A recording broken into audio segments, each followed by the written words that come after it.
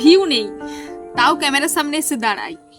লোকে ভাবে পাগল, কিন্তু আমি জানি আমার কথার দাম আছে। হয়তো এখন নয়, কিন্তু একদিন তো ঠিক হবেই।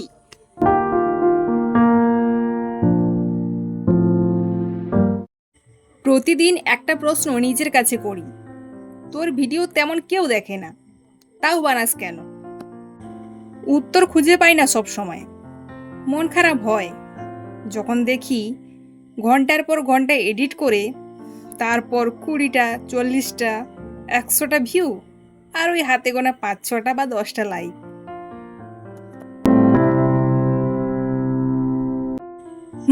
খারাপ তো লাগে, মাঝে মধ্যে মনে হয় হয়তো এটা আমার জন্য না, কিন্তু ওই যে হাল আমি ছাড়িনি। কারণ আমি জানি এই কাজটাও আমার আর এই স্বপ্নটাও আমার।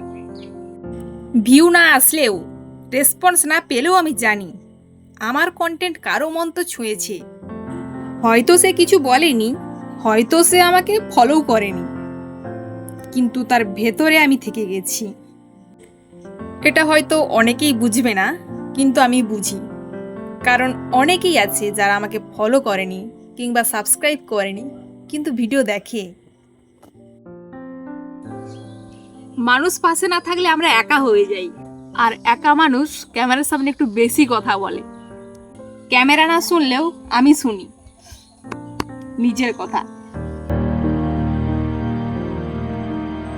যারা আমাকে বা তোমাকে নিয়ে হাসে তারা জানে না এই ক্যামেরার পেছনে একটা যুদ্ধ চলছে, নিজেকে ভাঙার আবার নতুন করে গড়ে তোলার।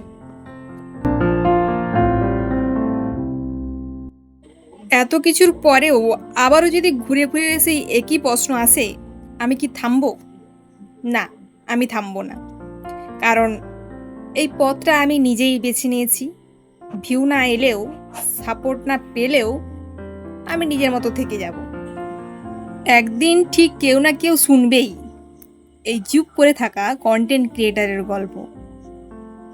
এতদিন আমি নিজের মতো থেকেছি, নিজের মতো করে বানিয়েছি, নিজের উপর বিশ্বাস রাখতে শিখেছি। অ্যাট দ্য এন্ড ভিউ নেই, তাও আমি ক্যামেরার সামনে হাসবো। কারণ আমি অ্যাটেনশন চাই না, আমি ইমপ্যাক্ট চাই। বুঝলে? একদিন তুমিও বলবে তুই থামিসনি বলেই আজ তুই পেরেছিস।